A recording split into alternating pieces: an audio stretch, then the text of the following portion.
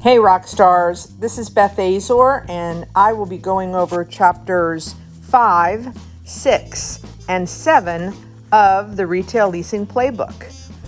I hope that you're getting something out of these podcasts. My goal is every week to talk about a couple of the topics that I include in my book, the Retail Leasing Playbook, because my goal is for you to increase your occupancy and lower your vacancies.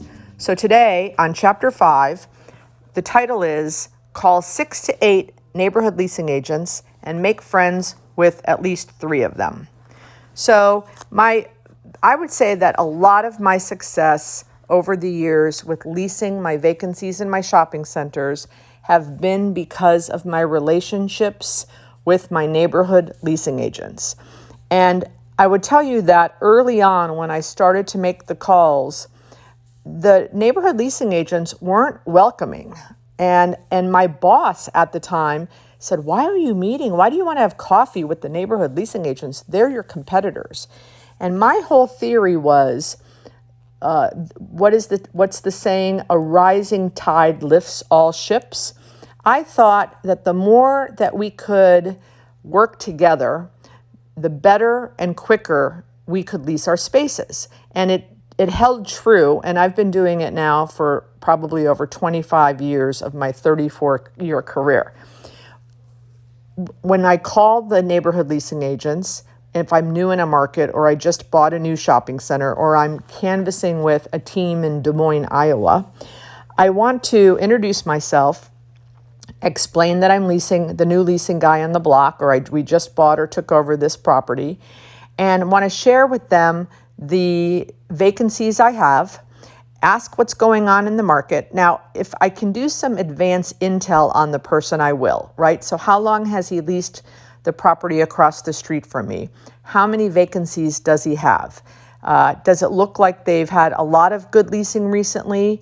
Are there opening signs, or does it look like he hasn't leased anything in a year? So you want to do some advanced intel so you're not calling cold. So I reach out, hey, I've just took over the shopping center. I have got 5 vacancies. One is 3,000 square feet and the rest are about 1,000 square feet. I might be getting back my Pier 1 soon. Having a dialogue and then seeing if they'll open up to you. What I find is some will be very happy to share information. Some won't return your phone calls.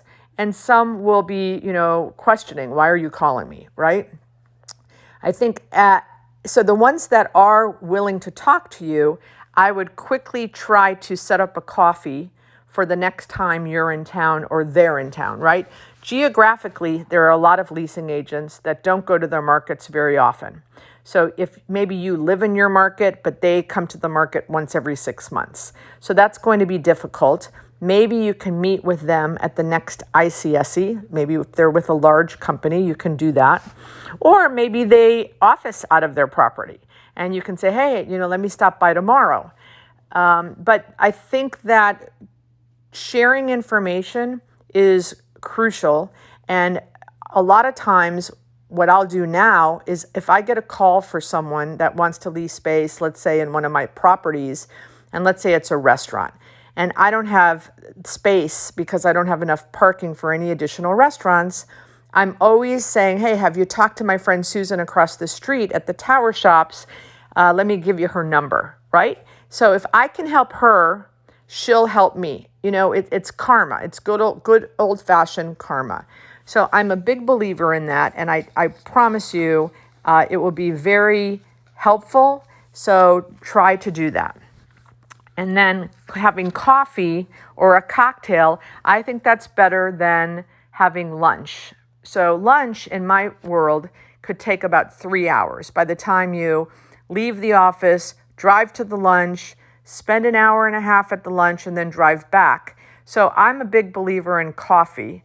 And I like to reach out and say, hey, can I come by your office? I'll bring coffee. Or do you want to meet for coffee? Or, if they have a coffee place in their center, offer to meet there, spend money on their property, or vice versa. So And if you can create a little group, a little networking group, maybe you call it, coffee with the competition, or the retail leasing lunch bunch, or if you want to do drinks, the competitive cocktailers.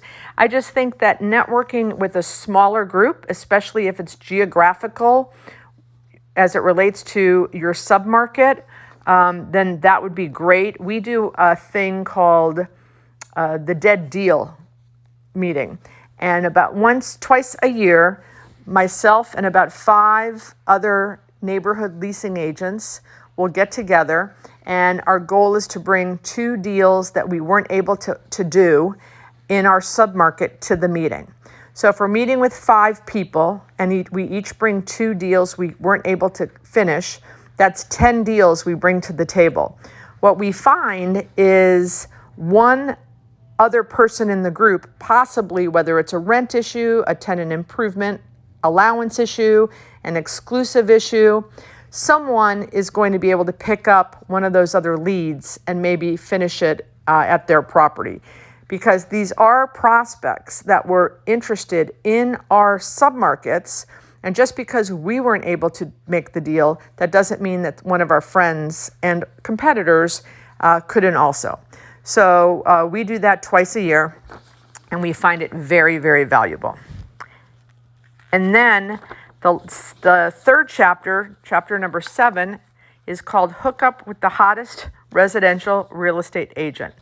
And I think this is very helpful too, which I find that a lot of people don't do, is find out, and this really works well, I would say, in more smaller markets. So I wouldn't be doing this in, CBD Miami, where there's 3 million people. But in Davie, Florida, where I might have a property, or Plantation, Florida, much smaller population, find the residential realtor and their branch office that does a lot of business. And stop by, introduce yourself, give them your flyers, because we all know that many residential real estate agents want to be commercial real estate agents, right? They want to do what we do. So let's help them. So I drop off my flyers and say, hey, I just bought this new center, or I just took over this new center in Plantation. I see that you have a very active office in Plantation. I see your signs everywhere. Do you have a weekly meeting with your sales agents? Yes, we do. Do you mind if I give you a bunch of these flyers? If you guys know of any of your customers that might be looking for retail space, we'd love to pay you a commission. We'll pay you 50 cents a square foot or $1 a square foot. You don't even have to work on the deal. All you have to do is give me the lead. I'll finish the deal. And when the deal's done, I'll send you a commission check. They love commissions. We really don't want them that much involved in our deals, because a lot of times, you guys know, when you get the calls from residential real estate agents, how much are you charging? We tell them 20 triple net. What's that? Or we say 20 plus 10 in CAM. What's CAM?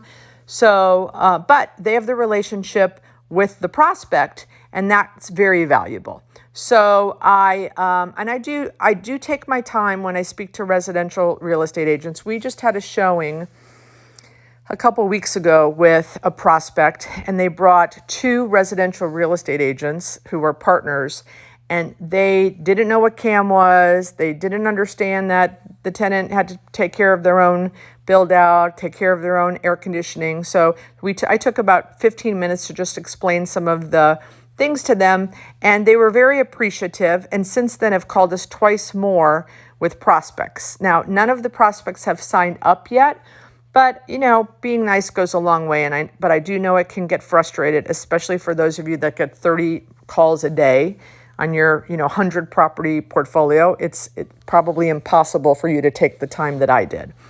But I do think that in smaller markets, a lot of times the residential real estate agent is married to the mayor, or, the husband is a council person, or their cousin is the economic development director.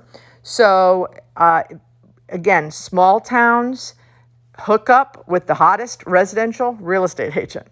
I hope that these 3 chapters, the nuggets in these 3 chapters, have helped you with my goal, which is to help lower your vacancies and increase your occupancies. I hope you enjoyed. If you need anything, don't hesitate to reach out. Beth at AzorAdvisoryServices.com, and I'll see you on the next podcast.